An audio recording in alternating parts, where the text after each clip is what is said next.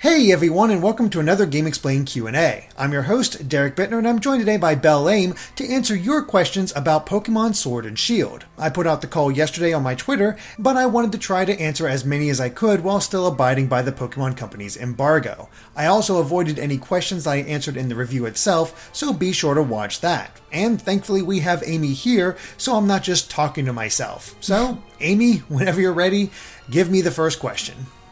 All right, so from JG Sonic Fan, how would you say the difficulty scaling is as you go through the game?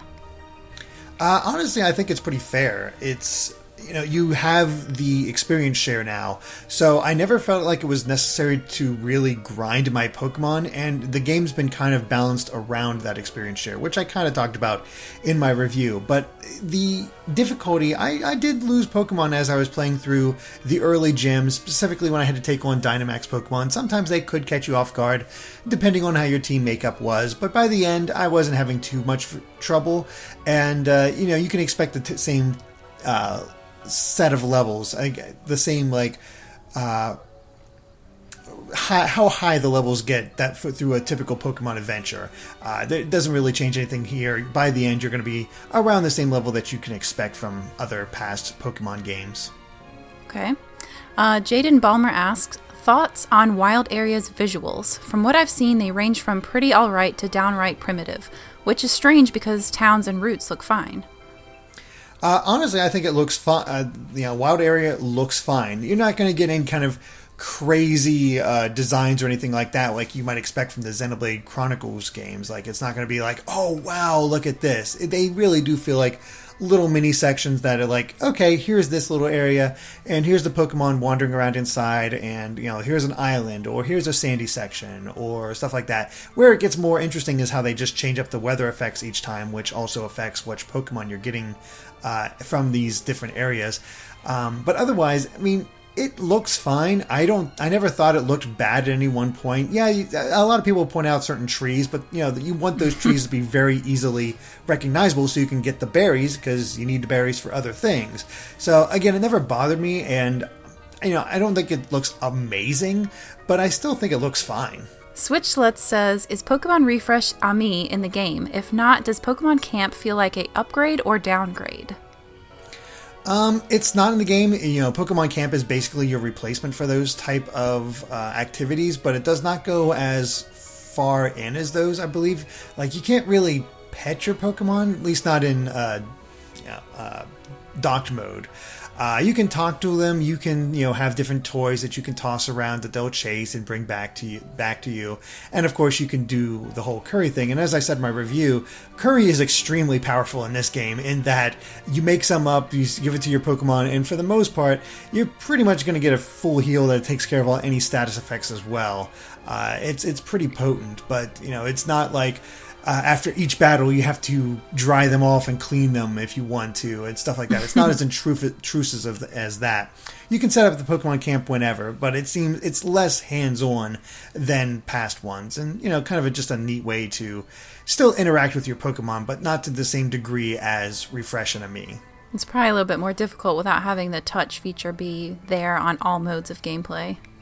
Exactly. So it's I don't know. I didn't use it a whole lot. It did kind of break it. You can still get the same effects. Like if you really play with your Pokemon and get them happy and bond with you and whatnot, they'll still like hang on with 1 HP left to try to do it, or they'll hit that critical hit because they want to show off for you. You can still get those effects, okay. And it's nice and simple. But I don't know if I'd call it an upgrade or downgrade. It sort of depends on your perspective. It's maybe a little less to do, but still not as intrusive, if that answers your question. Okay, and the Pious Knob says, can you put funny little hats on the Pokemon? Nope, this is not like Let's Go Pikachu and Eevee. You can't customize the look of your Pokemon at all. What they come with, what you catch them with, is what they have. Otaku Life 26 asks, how difficult are the raids? 3 stars and up? The raids never felt like that difficult to me, at least when you're in the early going. I have encountered some of the higher level ones of like 5 stars, and they can definitely be tricky. 3 stars, not too bad, but 5 stars, that's where you really get into it, and I feel like that's where you need to have human allies to help you along with it, because you can play offline with computer players, and because online is not ready on Pokemon yet, I couldn't try it with other trainers yet. So I can't say how much easier it makes it to play with another human, but they'll have better Pokemon picks, they'll use the more appropriate moves and stuff like that. And when you get the 5 stars, they'll put up these shields that will have you hit them and they need to be taken down a little bit over time.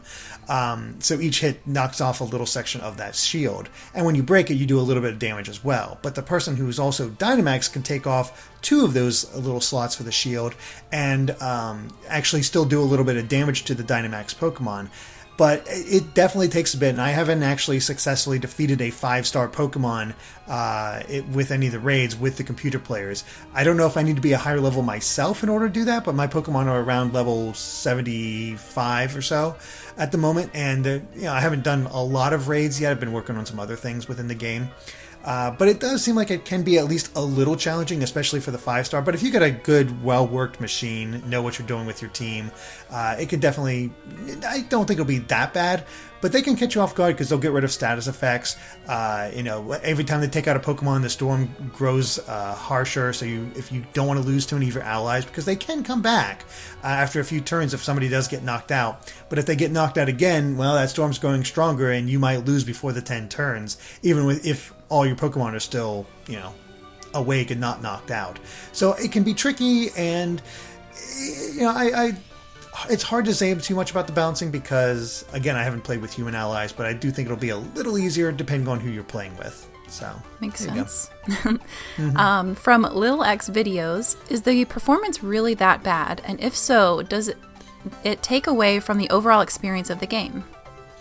No, I don't think the performance is that as bad at all, honestly. I've maybe saw one section in one of the later towns that I can't really talk about, and I mentioned this in the review, where there was a little bit of slowdown during that, but the battles are smooth. Double battles are fine. I didn't notice any kind of hiccups anywhere, to the best of my knowledge, so I'm not quite sure what people are seeing, but I have an original Switch and only saw that one area have any difficulty running. Otherwise, game ran fine. And it wasn't detracting, I guess, from your overall experience either. Oh no, it was a really tiny section, just this one spot that for some reason just kind of had a bit of slowdown.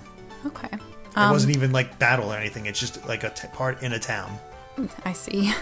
The People's Eyes asks, how large is the wild area? Is it comparable to a Xenoblade 2 Titan or Breath of the Wild region? It'll definitely take you a few minutes to go from one end to the other if you're going from the most southern portion to the most northern portion. And it gets extended a bit because of the Pokemon that might get in your way or how you have to travel around it. It doesn't feel super huge. I'd say it's maybe the size of a single region in... maybe half the size of a single region. Breath of the Wild. It's been a while since I played Breath of the Wild, so it's hard for me to say. It definitely doesn't feel like the scale of Xenoblade Chronicles 2, for example. Even the smallest, like the opening. What about Torna? Because that one's a little bit smaller, I feel like. I haven't played a lot of Torna to really say one way or the other. Okay. But it's sizable. It feels big, but it's not like so massive like you feel like you're going to get lost. You always know where you're at, and it's pretty manageable. Grand Drax wants to know, what did you think of the minimalistic UI? I liked it. I didn't think it got into the way. I think it looked fine. I adjusted to it very quickly, and it never really became like, oh, this is ugly. It was fine. Were you ever wondering what you needed to do? Did you need more UI, or you thought it was good? Nope, all good. Sounds good. Static Jungle wonders, are you allowed to detail what the online functionalities are like? I found Gen 7's online system counterintuitive, and I'm hoping they make it easier to navigate. I can't go into great detail, again, because I didn't have access to online yet, but the new YCOM is pretty easy. It's always a press of a button away, just bring it up. You can have it running in the background if you're trying to do something. It's not this whole big side thing that you got to do all this extra stuff, and it just feels like it gets in the way. It's just bring up a list, do the thing you want from the list, you're good to go even in the background. So it's much more streamlined than before, and I can't say whether or not how well it works because the online's not available, but just from the outset, just looking at it and how it's all set up, it seems to be a bit better. Okay. Well, that's kind of exciting for me because that detracted from me before. That guy, Chris93, is wondering, how are the player character animations? Do they still have that blank stare through the entire game? They have a blank stare on points, like that's the default, but they do react to things. They react to things going on. There's these really tiny smiles going on with a couple of them. There's this fun little animation where they mess with their hair before they go out on to the field for the champion for some of the gym leader fights. It doesn't happen all the time, but it's a nice little touch. And of course, you got the big faces whenever you're Dynamaxing your Pokemon. Like they actually do emote this time, and you can still get a bit of a blank face at times when nothing too major is going on. But for the most part, you do get those animations and more expressiveness, which is very much appreciated. Awesome. NV Plays asks, are there any references to Mega Evolution and or Z moves despite the features not being included in the game? Like, does the game acknowledge their existence in the lore? There is not a single mention of them at all. It's just not a thing. Interesting. Mm-hmm. LN64ED said, is the main game cutscene heavy like Sun and Moon, or has it cut down on the cutscenes? It is massively cut down on the cutscenes. There's still a fair amount in there, about what you'd expect from Pokemon, but it's not going to go to the length of what they had in Sun and Moon, where Sun and Moon felt like it was trying to be more like an RPG and fleshing out its story. Pokemon Sword and Shield keep things very streamlined, and you'll have cutscenes, of course, but none of them take that long, and you'll get through them pretty quickly. Okay. mfusion245 said, what are the best and worst examples of the animations? The best examples are the brand new moves that your starters can get. They're really intricate and fun, still quick and all that, but there's some. They have a lot of oomph and power to them, and you can see your character move, your Pokemon move, and really get into this what this is all about, which I definitely appreciate. The bad ones are the ones that have been around for how long? So you got your tail wags, you got your quick attacks and whatnot. It's basic. It's not running like doing anything too crazy. Like there's a few of them where your Pokemon is still just sort of hopping in place and an attack happens. It doesn't bother me because that's how it's always been. But it's just the way it is. There's a lot to animate, and we do have quite a lot of new moves, and the new ones that do get animated look pretty good. All right. Sombra of the Dead said, are all the towns unique from one another in terms of what there is to do in them? For the most part, there's a couple that have unique features, not too grand. I have a couple that have special stores that you can buy things in. A few of the towns have places where you can change your hair, where you can change your clothes, stuff like that. And as you get towards the end, you have a bit more unique stuff. So they're not uniform in what you can do in all of them, but there's a decent amount, but I wouldn't say like each town has this one thing that you can do. It's sort of spread out a bit. All right. Frank Belt 07 wonders, how far into the game do you receive the high-tech headphones to adjust all the music settings? You'll get that as soon as you reach the Steam City. I don't know if the Game Freak wants me to reveal the name of those towns. I guess they revealed it before, but it's called Motostoke.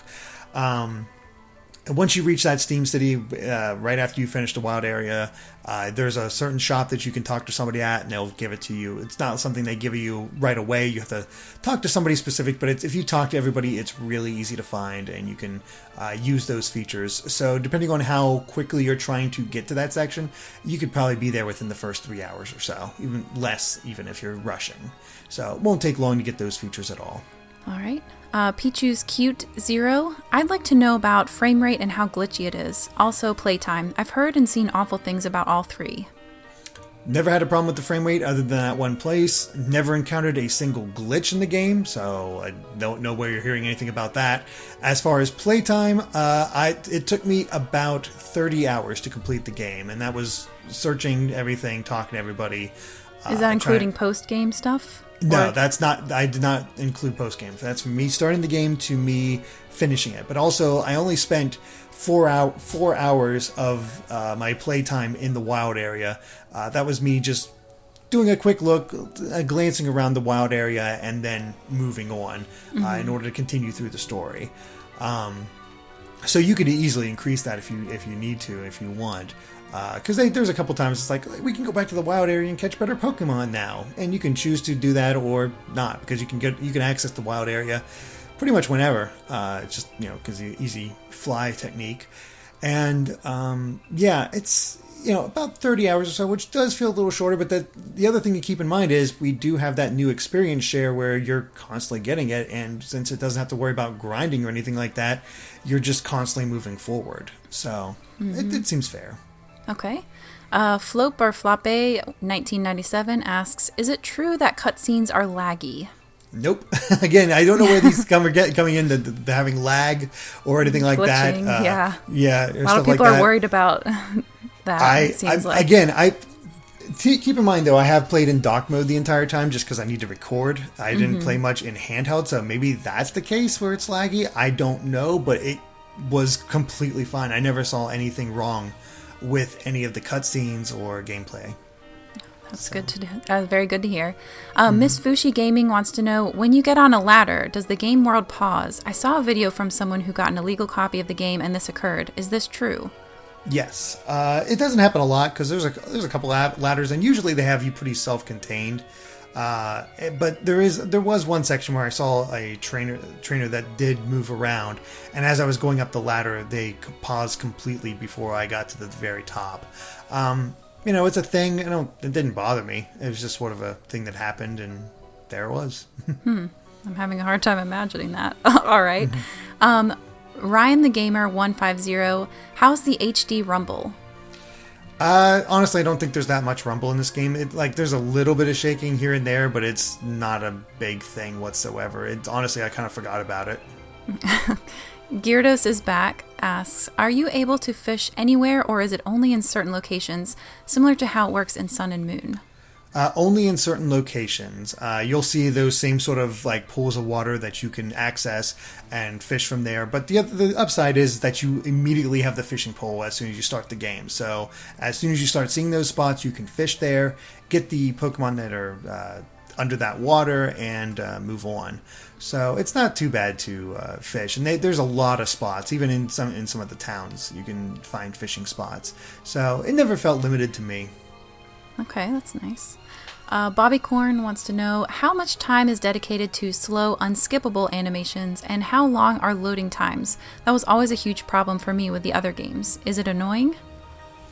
I don't think any of the slow or unskippable animations are that bad. I'm assuming you might be talking about when you Dynamax, and yeah, they can take a little bit, but they seem to go pretty quick. I don't think it'll wait more than 10, 15 seconds at most. I'm just trying to think off the top of my head. They try to keep it pretty peppy as far as that's concerned. As far as moves, you can always turn off those animations if you don't want to watch them, so that's not too bad. Loading times, nothing too egregious. There's a few spots where I thought it took a little bit, but for the most part, it felt pretty snappy. You still have a little loading screen every so often, but no more than, again, 15, at most 20 seconds. But I think that's extremely rare. I think most of them were 5 to 10 seconds. Nothing that stood out to you going oh man, this is way too long, right? Exactly. Okay. Exactly. It was just sort of okay, that's a thing. Mr. Leon Masters asks, is it possible to skip past the tutorial for catching Pokemon? Is there any non-stone related Evos that aren't basic level locked? How is traversal, if there is any?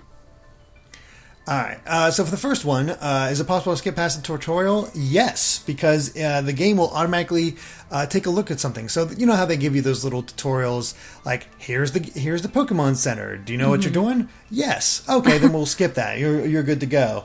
Oh, hey, here's a patch of grass.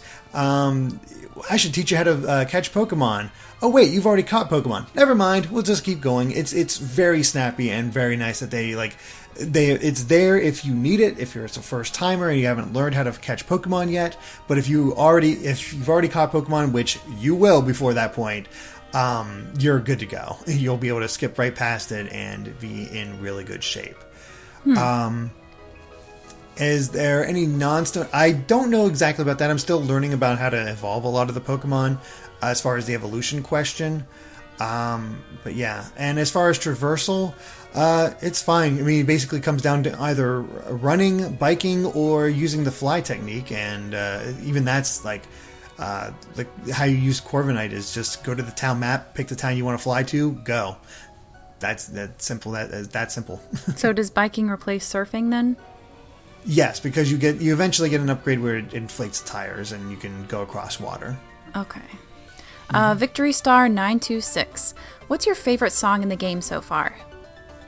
Well, the Toby Fox one is obviously really good. That's just, immediate standout. A lot of people like that one. And, you have to beat the game until you can actually hear it. But as far as the other songs, the one that always stuck out to me was Sonia's song. And I mentioned it in the review.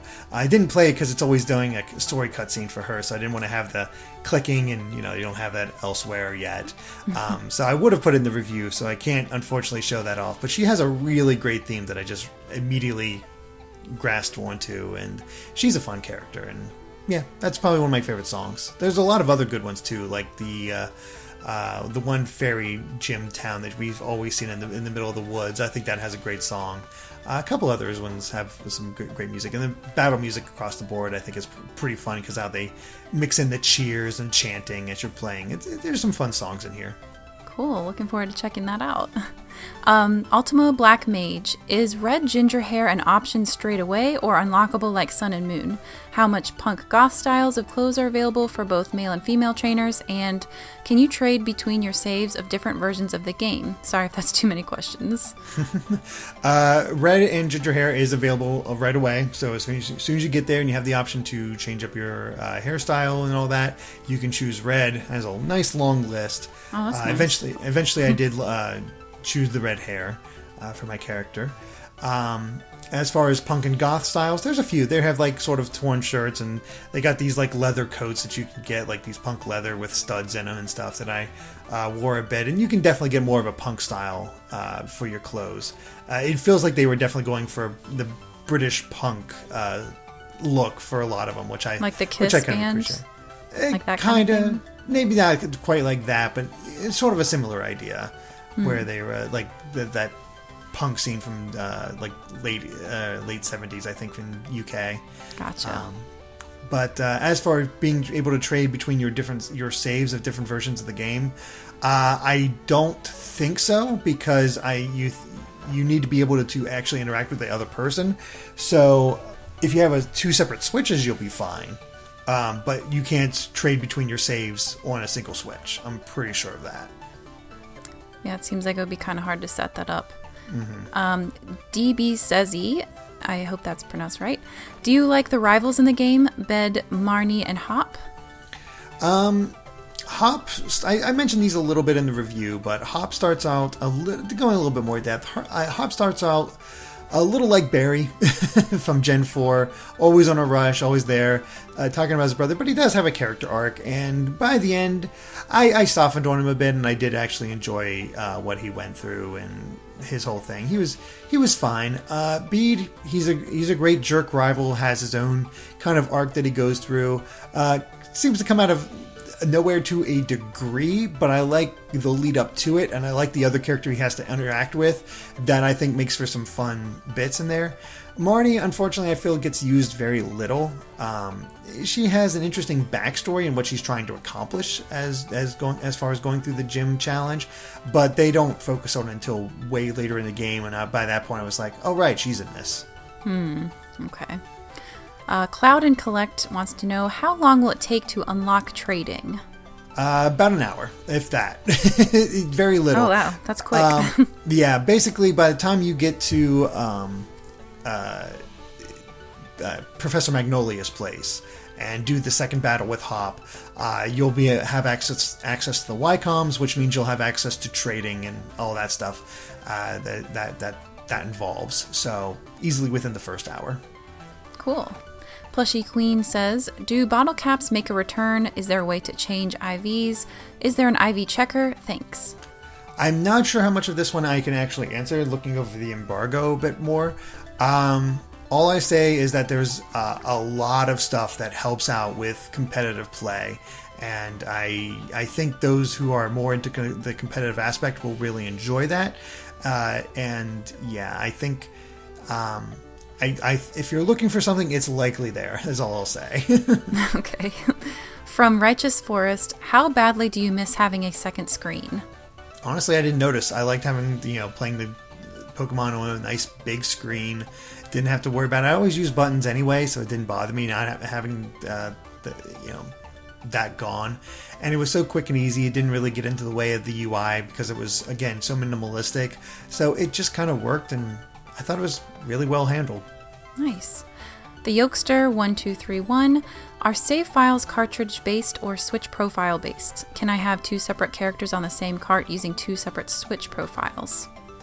The way this works, as far as I can tell, is that you get 1 save file per profile, and even with the cartridge. So I think it's profile-based, not cartridge-based. Because the way I actually, because I was trading between myself, so I can get all the starters between Sword and Shield, and with that, in order to actually get rid of it, I had to go and get rid of the save itself, because there's no way in game that I could figure out how to delete the save file, and because you start up that game and hit start at the title screen, it'll take you right into your save file. No new game, continue, or options or anything like that. No, you're right into it. So it's very much profile based, and I'm pretty sure you can get you should be able to have 2 separate characters on the same cart using 2 separate profiles. If you have multiple profiles, you should be able to do that. Okay. Why Xander44? During the post game, can trainers throughout Galar region be challenged once again? Certain ones can, but not all of them. Okay. That's all I'll say. Jago6390. Is there an afro hairstyle or one with plates braids? I haven't taken a close look yet. That's something we're going to be doing here soon for a video. But it's just focusing on other things for the first bit. But from what I saw, I played as a girl, but I only did my hair once or twice, and I went to the same place both times, so I haven't checked the later ones to see if other hairstyles unlock in later towns or have different ones for different locations. But I did not see an afro hairstyle for the girls. However, I did see plate split braids. So if you want to have those more lines, I'm bad with hair terminology, but cornrow? Yeah, kind of cornrow look. I think that's in there as well as other braids. There's a decent amount of hair options. Okay, they showed off. That's good. That's exciting. Mm-hmm. Anton wonders, will I be able to have a Pokemon following me like in Let's Go or not? And can I run around with friends in the in the Galar region on local and online? You will not have any Pokemon following you like in Let's Go. It's just you running around, no Pokemon, nothing like that. As far as running around with friends in the Galar region, I know you can visit their camps, and we've seen pictures of trainers all going towards the same den in order to take on a raid Pokemon battle. But I have not been able to experience that myself because of the lack of online. So I'm not completely sure about that, but I think there's a way to make it happen. I just don't know the exact method. Is that meaning like in Animal Crossing where you can kind of hang out in one person's file? I think the idea is that everybody's sort of running around in the same wild area, for lack of a better term, and you can kind of interact with each other there. That could be fun if that is a thing. Mm-hmm. SSJ Sonic Zero, do the new Pokemon show up just as often as the old ones, or would you say the new Pokemon pop up more often like Black White? They haven't mixed very well. Within the first hour of the game, I had met 6 brand new Pokemon that they did not show before in the lead up to Sword and Shield's release. So they had a lot of new ones in there. They seem to be mixed in pretty often. I felt like with each route, I was always finding some new Pokemon to catch, and I feel like the mix between old and new is a good one.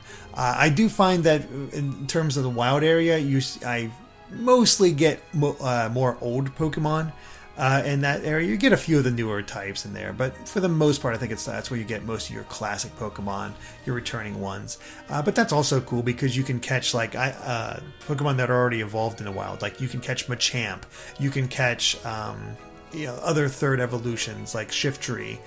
I've found Umbreon and Sylveon and Glaceon in the wild. So and Leafeon, I saw that's cool. Image of that one at least. And you can see a trailer of Leafeon running around. So right. That aspect is cool to you have those evolutions to catch.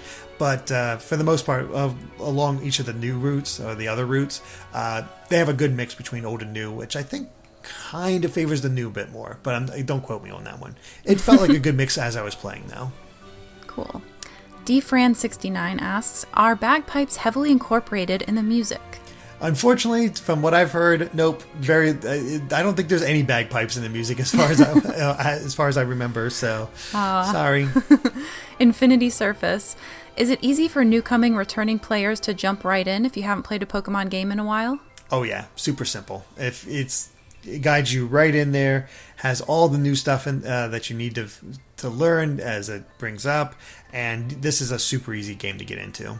Does it give you the type advantages like in Sun and Moon on the moves? Yeah, it does. So as after you have that first fight with them, every subsequent fight, it'll say this move is super effective or not very effective or just plain effective. Okay. So, very easy. Nice.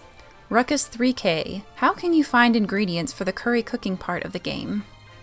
It depends. Some of the cooking ingredients you find just lying around as like sparkly bits, usually around the wild area.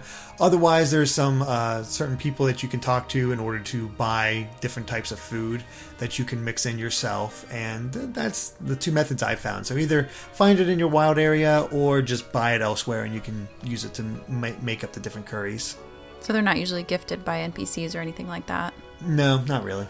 Max Trenum asks, do shinies appear in the overworld? It's hard for me to say for sure because I don't have the best of luck when it comes to shinies. Me either. But from everything I've experienced so far, no, I have not seen a shiny be roaming around the wild and being like, oh, let me go get that shiny. Not really been a thing yet, but there's two ways to come across. You have the Pokemon wandering around, and then every so often as you're in the grass, you'll see a part shaking, and if you run to where it's shaking, you'll have a random encounter. Whether it's a Pokemon that, a lot of times, it's a Pokemon that it wasn't even wandering around, so you got to keep an eye out for that. But as far as shinies appearing, not a clue, but no luck for me yet. Yeah, I don't think I've ever found one randomly, sadly. Lamb Sauce 42, are there requirements to participate in max raid battles? Nope. As soon as you see one, you can go in there and jump into it. You'll maybe get your butt kicked if you're taking on the higher star level ones, but when I first reached the wild area and took on the max raid battles, they were all 1-stars, and I had no trouble jumping in there and taking care of it and taking part. So it's really easy to just, as soon as you see them, you can take part. Nice. Zombied Wolf wants to know, I heard Dynamaxing is more restricted than Z moves and Megas. Is this true? Or can you Dynamax in any battle?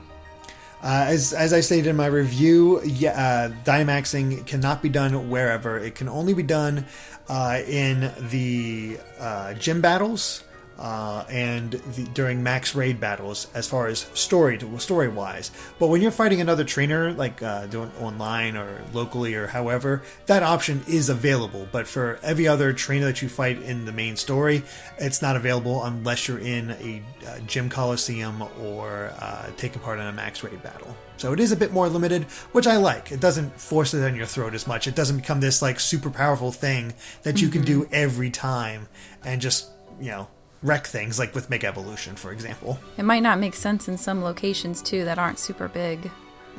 That too. M. Murray 92. Are gyms linear, or is it possible to do some gyms out of order like the original Red and Blue? They are very much linear. They are like, you got to go to this gym, then this gym, then this gym. You're not going to get out of order. It's just like, this is the order you have to go into according to the story. So that's what you're doing. All right. Bray Funk. How easy is it to find max raid battles in the wild area, and how often do they respawn? It's very easy because you always have those columns of light, so you just head to that column where the den is located, take it on, and as far as them respawning, I don't know how often they respawn on their own. What I do know is that the first time I ran around in the wild area, I did make it a point to go to every single beam of light that was available at the time, and once I cleared those out, a new set appeared and had a bunch to go through as well. That said, if you want to have if you want to just have one appear, there is an item that you can use at the dens in order to just summon one right away. They're not exactly common, but you can get them, and that way you can have the max raid battles whenever you want. But it never really had trouble finding them to take them on. Okay. In Persian Okami, or maybe Persian Okami, do Pokemon heal when you remotely place them in the box and pull them out? Also, can you change their names from there? They do not. Because you can access the box at any time, I think they took out that feature, so you gotta kind of keep them healed one way or the other. They'll always be a little weaker. I think over time they might heal up, but when they first go in, they're not going to be immediately healed. I did notice that. But as far as where you can change your names, there's a person in every single Pokemon Center that you talk to, and they'll change the name whenever you want. And you can also remember moves, forget moves. He's a really handy guy, and it's super easy to find. Cool. Sonichigo asks, will the Pro Controller be compatible with the game? Yes, because that's what I used the entire time. Yay! So, I like that. Yeah, I had no trouble. Like, Pro Controller works just fine. Perfect. Mige Space Knight, is there a good variety of wild Pokemon on most routes? I think so. They changed it up pretty well among each of the routes. You're always going to find something new. And there's a lot within the wild area. Like, when I finished the game, I did not come close to seeing every Pokemon. A lot of them, if you don't meet them in the wild, you're not going to get them in your Pokedex, not from the trainers. So it does encourage you to go around and go to the routes and see all that you can see, or go to the wild area and see what changes. It's because of the weather changing all the time, so that changes what Pokemon appear. And it does feel like a good mix. Now, when you are in the wild area, the different sections have a lot of the same Pokemon. Like, you've run into that first area, and like, yeah, you'll have maybe 3 or 4 different Pokemon, but there is like 6 or 7 of them, of each of those, running around. So there's 6 Bunnelbees, along with 6 Tyrogues, and along with whatever else that might be there at the time. They're and running in packs. Exactly. So as far as that kind of variety, not so much. But again, as you go around more of the wild area, that's where you get the variety, really get to see some stuff. And I had no complaints about it. As a side question, I'm wondering, how often does the weather change in the wild area? Like, is it that one I'm not too sure of. They don't seem to change that quickly. But the different weather for different areas each time, and it's hard to say with me having it so limited and not being able to really take a look at it. That's but true. I was worried that it was going to be every couple of minutes or something. No, really it's quick. not that quickly. Okay. It's definitely not that quick. That's good. And then our last question from Dazin31. How do the new experience candies work, and where can you get them? The experience candies, basically just like you give them to a Pokemon and it gives them a set amount of experience depending on what the size is. And they range from extra small to extra large, with their own variety of variation of experience that they give. So I don't know the exact amounts because I didn't end up using them too much yet. But they're really easy to get. You can get them either through, there's these special cafes, battle cafes. If you take part in them once per day, you can get some candies that way as one of the options. But the most common way you'll get it is by taking part in max raid battles. You win the battle, you'll get a bunch of goodies, including those experience candies. And the harder the Pokemon is that you're fighting, the better candies you'll get. So you'll get extra small ones from a 1-star raid Pokemon, but a good chance to get a large or extra large from a 5-star. So something to keep an eye out on. I have a bonus secret question that I want to ask you now. Okay. It's a really simple, fun one, but I'm wondering if you had like a MPV Pokemon, just a Pokemon that really surprised you, that you ended up really loving having on your team, anything like that? Somebody that you kept around maybe for a long time? I did. It was one I didn't expect because I had it because I was like, oh, this must have another evolution, and I found out it didn't. But I had it on my team for so long that I decided I was going to keep it. So I just ended up staying on my team, and I ended up really like. At first, I was like, this is an odd design, but the more I had it on my team, I was like, you know what, I kind of dig this. So it just ended up being on my team when I didn't really intend for it, and unfortunately it's something I can't actually say. Oh, it's a new design. Ooh, even more exciting. A mysterious one. All right, well, that's all our questions. Yep, so thank you all for sending in those questions. Hopefully I was able to answer them to your satisfaction, and if you have any more, you can check out my review. I can answer a little bit more and give my opinion about what I thought of Pokemon Sword and Shield, and we'll have a lot more guides and compilations and all that stuff coming as the game gets closer to release, and well, as it actually releases, because we're not that far away. But yeah, I think that covers it for our Pokemon Sword and Shield Q&A. So thank you for watching, and if you like this video, be sure to like us on Facebook and Twitter at GameXplain. And Amy, you have your own channel as well, so you want to plug that? Oh, sure. Okay.